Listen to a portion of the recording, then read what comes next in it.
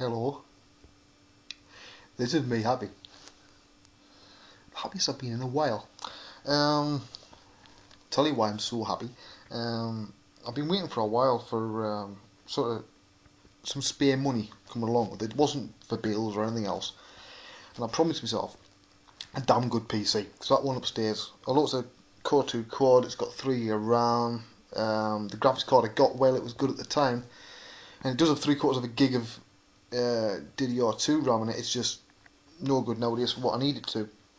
So I decided to have an upgrade today. In fact, about 10 minutes ago, I've just bought my new system. You know, I'm looking over there, it's got my specs. With what you see, that's my scroll, right? You won't be able to stand a word of it. Brain works faster than hand, unfortunately. I'll read out the specs for those interested, because this is truly a monster. Now, the graphics card, I was in two minds whether to go for a Quattro or not. I thought, well, no, because Quadros are nice, and they're really good cards, but unfortunately, I think that they date a little bit too fast for the money you actually pay for them. Besides, you can actually soft model a lot of these cards over to Quadros if you know what you're doing. And when it comes to that stuff, yes I do. One of the excellent things about making your own systems over the years, you learn a lot of stuff. Right, graphics cards, 9800, NVIDIA 900 GT. It's got 1 gig of DDR3 memory. It's an absolute bloody beast of a card. It'll run anything. There's more than enough texture memory there for anything that life's going to throw at me. I'm going for a Core 2 quad. It's a Q9450. Now that's got a 1300 or 1333 front side bus, 12 meg cache, and it's 2.66. So it's basically like 10 sort of meg processor or something. It's fast, right? I'm getting 8 gig of DDR2. I was going to go for 16, but I've had a right bastard of a job finding anything that would take more than 8 gig of RAM on the board, so I'm going to stick with 8 gig. I might upgrade the motherboard and add some more RAM later, but for now this is pretty much a beast of a machine. I'm getting an XFX 680i SLI motherboard, because at some point I might add a second 9800 GT to it. I'm getting a 500 gig Seagate hard drive. I don't really need it because I've got the external one, but this one was cheap and it was 32 meg cache, which means it's going to be fast as hell. I've had 32 meg cache drives before. While sometimes don't, my experience, last very long, by Christ they're fast. And when you've got any program, especially in 3D, they're always caching to the hard drive, and that slows you down. So if you've got a normal 8 meg cache drive, you're waiting for a while, 16 is better, but 32 is a whole lot better, right? It's about 8 times faster than what I've got at the moment. I'm getting a Cooler Master Elite case. Now, I've never had a Cooler Master case, because I'm a bit of a believer in whatever does the job.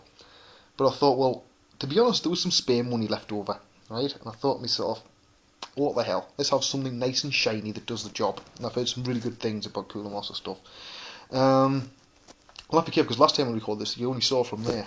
So I'll have to, hopefully that'll be right. I've bought a copy of Vista 64 Home Premium. It's something, I don't like Vista, as a lot of you know. But as I know it's the only one that's going to support 90% of the hardware in my system, I've got no bloody choice, right? Yeah, I know I'm British, and most of British people are pirates, and most people have pirated at one time or another in their life. But when you're get the ash off myself, when you're working for yourself, or working freelance, you don't want to take the risk of having hooky software, right? Especially not your operating system, because the amount of times that you read that somebody's Windows isn't working properly, and then you find out it's a pirate version because some hacking groups put a nice little Trojan in there that you didn't even know, because they've been messing around with that ISO image for a long time, right? And I'm not about to take the risk. I usually don't. I'm also picking up an 8 gig USB memory stick just so I can make use of that Ready Boost thingy. It's a Kingston one. Now I've heard that the Kingston ones actually do work with Ready Boost, because I've got a load of them in the house, but none of them actually work. The only one that worked was one of my brothers that was like 512 megabytes, and because you need it to be, as big or bigger than the RAM you've got in, it basically slowed the bloody system down, so it was no good. So yes, I'm particularly looking forward to the quad core, the 8 gig of RAM, and the 1 gig 9800 GT card, because it's pretty much, you know, there's not a whole lot above that in the Nvidia range, you know, normal range. I'm happy. And the best bit is, I got this all for under 800 quid. Because I'm prepared to put it all together myself. Now, I know the one thing I've heard is that sometimes Vista doesn't, and Windows in general, doesn't like SATA 2 drives. And it can ignore them when you first try and install it.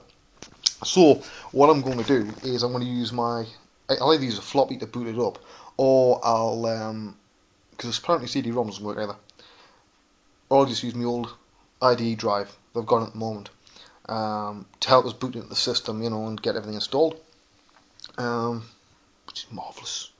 It arrives tomorrow. Now you see, that's a bit of a bugger, right? Because Kane's away today, you can hear. It's quiet, right? Bloody need it, the week we've had. But, so I'm going to have to try and keep him out of the way while I put this together. Now, I reckon it's going to take about an hour or so. About an hour. Then I should be ready to sort of install stuff.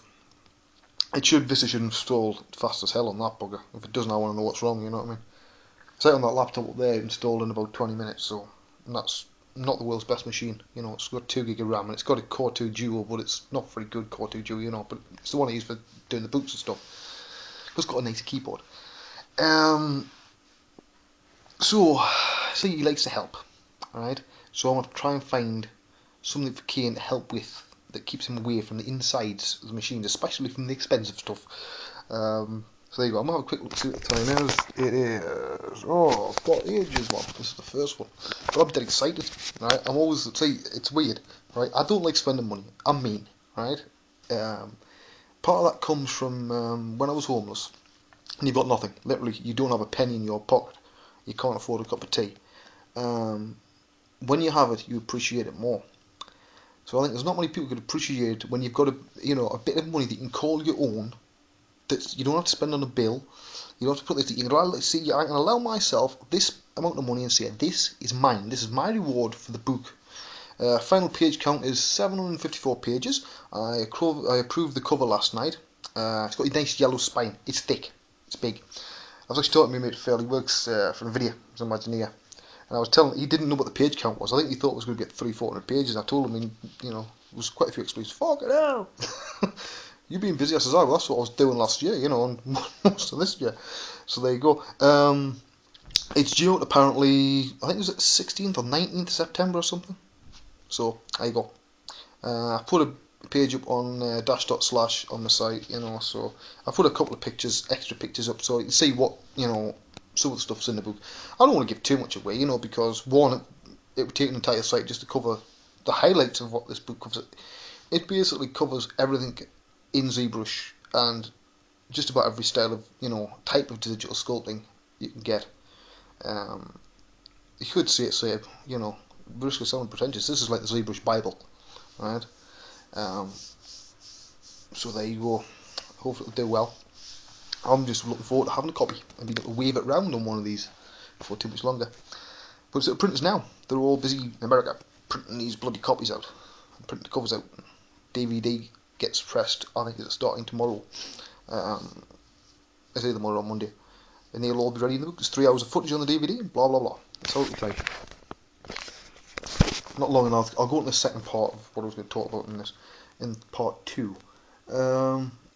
Yeah, so it's been a mad week with work. It's not because I've been tremendously busy. It's just I've been had to do really boring stuff. Like last night, I had 4 characters to UV map, and they weren't easy ones, if you know what I mean. It wasn't just let's use a cylindrical projection here and then, you know, a box projection here and a planar projection here.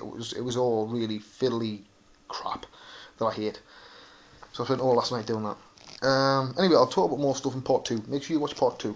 Right, see you in a bit.